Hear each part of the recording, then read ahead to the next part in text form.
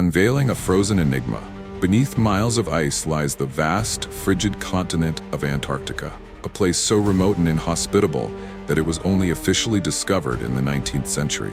Yet, some ancient maps, predating modern exploration, seem to depict Antarctica not as a frozen wasteland, but as a landmass free of ice. These maps have baffled historians, cartographers, and scientists alike.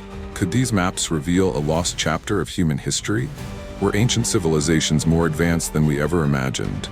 Or are these maps evidence of knowledge passed down from forgotten epochs? This is the fascinating mystery of ancient maps depicting Antarctica without ice, a puzzle that challenges what we think we know about history, geography, and the limits of ancient exploration. Chapter 1. The Piri Reis Map, a glimpse of the impossible. In 1513, an Ottoman admiral named Piri Reis compiled a map that has since become one of the most debated artifacts in history.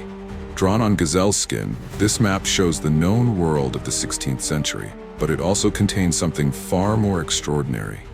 What appears to be the coastline of Antarctica, free of its icy covering.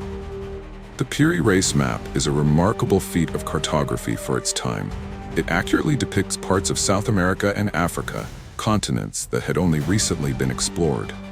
But the southernmost part of the map, which seems to show Antarctica's Queen Maud land, defies explanation. The striking feature of this coastline is its resemblance to the ice-free topography of Antarctica, as revealed by modern seismic mapping. How could Piri Reis have drawn such a detailed representation of a continent buried under ice for millennia? Some suggest that Piri Reis may have used ancient source maps, now lost to history, to create his own. But this raises another question. Who made those original maps, and how? Chapter 2. The Orontius Phineus Map, a 16th century enigma.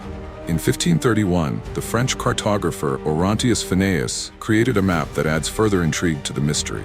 His map, too, seems to depict Antarctica's landmass beneath the ice. Unlike the Piri Reis map, the Orontius Phineus map includes detailed river systems and mountain ranges that align closely with modern reconstructions of the continent's pre-ice geography. What makes this map even more fascinating is the level of detail. For a 16th century cartographer, such accuracy would have been unthinkable without advanced technology or access to knowledge from a far earlier time. Skeptics argue that the features on the map could be coincidental or misinterpreted. However, others believe this map could be evidence of an ancient civilization with advanced geographical knowledge. Could these civilizations have existed in a time when Antarctica was ice-free? Chapter 3. Antarctica without ice, a geological timeline. To understand the possibility of an ice-free Antarctica, we need to delve into its geological history. Scientists estimate that Antarctica has been covered by ice for over 34 million years. However, during the warm periods of Earth's past, parts of the continent may have been free of ice. One such period was the Eocene epoch, approximately 56 to 34 million years ago, when Antarctica was lush and temperate, covered in forests and inhabited by diverse wildlife. Another possibility is the last glacial maximum, around 20,000 years ago, when the ice sheets were smaller, exposing some coastal regions. Could an ancient civilization have existed during one of these warmer periods? And if so, could their knowledge have been preserved through maps like those of Piri Reis and Orontius Phineus? Chapter 4. The Mysterious Source Maps. If these ancient maps are indeed accurate, they must have been based on even older source materials. But who created these original maps, and how did they gather the knowledge to chart Antarctica without ice? One theory suggests that the maps were the work of a seafaring civilization, perhaps similar to the Phoenicians, who were renowned for their navigational skills. Another theory posits that these maps could be remnants of a lost advanced civilization, possibly even Atlantis. The idea of Atlantis, first described by Plato, has long captured the human imagination. Some researchers speculate that if Atlantis did exist, it might have been located in Antarctica before the continent became encased in ice. Could these maps be the last vestiges of Atlantean knowledge preserved through millennia? Chapter 5. Ancient Knowledge or Modern Misinterpretation. While the notion of ancient civilizations mapping an ice-free Antarctica is thrilling, skeptics offer alternative explanations. Some historians argue that the resemblance of the Piri Reis and Orontius Phineas maps to Antarctica is purely coincidental.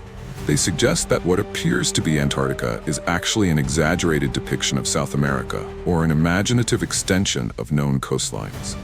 Others propose that the maps were influenced by ancient myths or speculative geography, rather than actual exploration. For instance, ancient Greek and Roman geographers believed in the existence of a southern landmass, which they called Terra Australis, to balance the Earth's continents.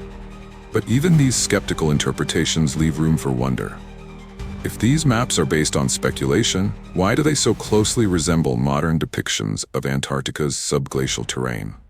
Chapter 6: Modern Science Meets Ancient Mystery. Modern technology has only deepened the mystery.